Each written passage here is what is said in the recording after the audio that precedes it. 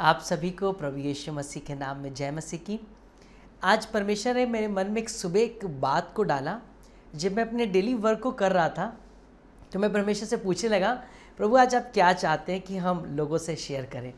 तब पवित्र आत्मा मेरे मन में कुछ बातों को डालने लगा और वो मुझसे कहने लगा कि पहले इन बातों को सीखना बहुत ज़रूरी है। और प्रभु ने मेरे मन में डाला कि क्यों ना मैं इन बातों को आपसे भी शेयर करूं। आज मैं आपसे शेयर करने वाला हूं। शायद हो सकता है आपको ऐसा सुनकर कुछ अजीब सा लगे। कई बार हम ये सोचते हैं कि हम रेगुलर चर्च गोइंग हैं, हम बहुत सत्संग अटेंड करते हैं, हम चर्च कन्वेंशन क्रूसेड अटेंड करते हैं, हम रेगुलर संडे जाने वाले हैं चर्च में, हम सारी मीटिंग्स में टाइम से पहुंच जाते हैं, हमारा बहुत प्रेयरफुल लाइफ है, हम वर्ड ऑफ गॉड के संग बहुत अच्छी संगति करते हैं और जगह जगह हमें बुलाया जाता है, सबसे आगे बैठाला जाता है, बहुत इज्जत और सम्मान है हमारा। प्रभु कहने लगा मुझसे कि इन सब चीज़ों से ये मत सोचने लगना कि हम एक बहुत ऊंचे दर्जे के परमेश्वर के जन बन गए हैं। परमेश्वर कहने लगा इन सब के संग एक बहुत ही ज़रूरी है, जब हम पर ऐसा अभिषेक और इस तरीके से हम परमेश्वर के संग लाइफ स्पेंड कर रहे हो, इसके संग सबसे पहले ज़रूरी है एक अच्छे मसीह और विश्वासी बनने के साथ साथ हम एक अच्छे इंसान भी बने। और एक अच्छा इंसान बनना हमें सिर्फ चर्च में नहीं दिखता है। जब बाहर के लोग हमें देखें और देखकर समझ जाएं कि हम एक अच्छी लाइफ को जी रहे हैं, जब वो आपके एग्जाम्पल देने लगें, जब आपकी डेली लाइफ को देखकर मोटिवेट होने लगें, आपसे सीखने लगें, तब आप सही में एक अच्छे विश्वासी हैं, एक अच्छे मसीह व्यक्ति हैं। अगर आपके जीवन से लोगों को ब्लेसिंग नहीं मिल रही है, वो आपको देखकर सीख नहीं रहे हैं और वो बाहर बिना आपके बताए इस बात को नहीं जान पा रहे हैं कि आप प्रभु को मानने वाले हैं, आपकी लाइफ को देखकर वो अच्छी चीज़ों को नहीं सीख रहे हैं, आपसे नहीं पूछ रहे हैं, तो इसका मतलब आप सही ट्रैक पर नहीं हैं। चाहे कितना भी अभिषेक हमारे ऊपर हो, लेकिन अगर हमारी डेली लाइफ में हम एक अच्छे व्यक्तिगत जीवन को व्यतीत ना कर रहे हो तो हम एक अच्छी लाइफ को स्पेंड नहीं कर रहे हैं। कैसे? आज से कुछ साल पहले मैं ब्रोकन हार्ट मिनिस्ट्री के संग गांव-गांव में सुसमाचार प्रचार कर रहा था और ये सेवकाई गरीब बच्चों के लिए सहायता उपलब्ध करवाती है और अनाथ बच्चों को, गरीब बच्चों को अडॉप्ट करती है और उनके लिए उनकी पूरी पढ़ाई लिखाई के लिए वो बोझ उठाती है। अगर बहुत गरीब माँ बाप है, वो अपने बच्चों को नहीं पढ़ा पा रहे हैं, तो ब्रोकन हार्ट मिनिस्ट्री उनके सारे बच्चों के खर्चों को उठाती है। बच्चे उन्हीं के रहते हैं, बस वो चाहते हैं कि उनके बच्चों को उज्जवल भविष्य प्राप्त कर सकें। तो मैं बहुत से स्कूलों में और बहुत से इंटीरियर इलाकों में उनके संग परमेश्वर की सेवा कर रहा था और मैं देख रहा था कि जब टॉफ़ीज़ बांटी जा रही थी, गिफ्ट्स बांटे जा रहे थे, बच्चों को खाने पीने की चीज़ें अच्छी अच्छी उनकी ज़रूरत की दी जा रही थी, तो उसके जो रैपर्स होते थे, गांव देहातों में आप देखते हैं बहुत गंदगी होती है, लेकिन उसके रैपर को मैं देखता था कि वो सब लोग अपने पॉकेट में रख लेते थे या अपने बैग में रख ले रहे थे।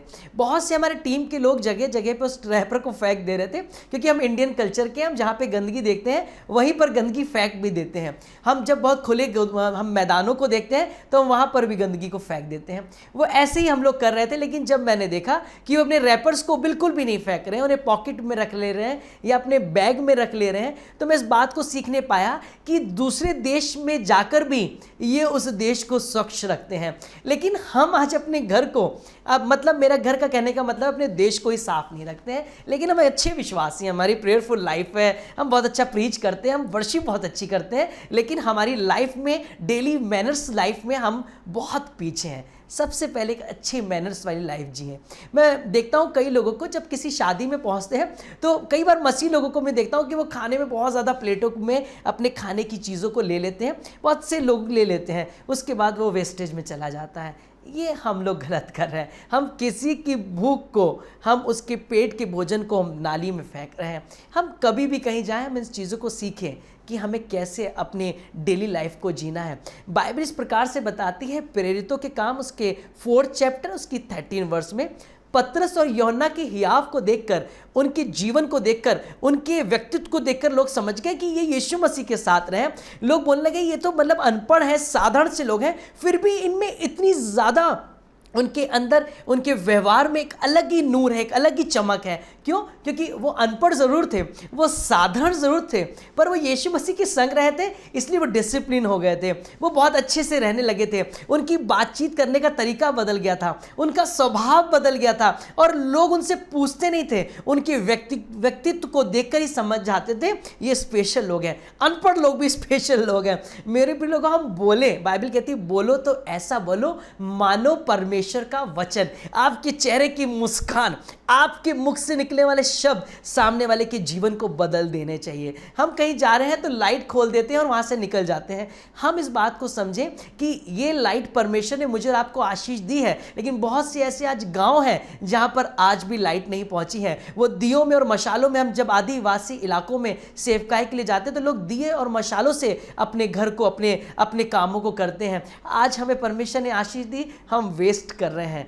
आज प्रभु चाहता है कि हम सीखें, हम जाने हमें क्या करना है। परमेश्वर पिता आज बस मुझसे और आपसे एक बात कहना चाहता है कि अगर हम अच्छे विश्वासी बन रहे हैं, हम अच्छे चर्च गोइंग बन रहे हैं, हम अच्छे प्रीचर बन रहे हैं, पास्टर बन रहे हैं, एवेंजलिस्ट बन रहे हैं, हम बहुत अच्छी सेवकाई कर रहे हैं, हमारी फास्टिंग वाली लाइफ है, हमारी प्रेयरफुल लाइफ है, हमारे वचन के संग संगति है, लेकिन अगर हमारी डेली लाइफ परमेश्वर के अनुसार नहीं है, हम एक डिसिप्लिन वाले व्यक्ति नहीं है, हमारा स्वभाव अच्छा नहीं है, हमारे व्यक्तित्व अच्छा नहीं है, हमारे चाल ढाल से लोगों को ब्लेसिंग नहीं मिल रही है, तो आप और मैं अच्छे विश्वासी भी नहीं है, एक अच्छे प्रभु के जन भी नहीं है।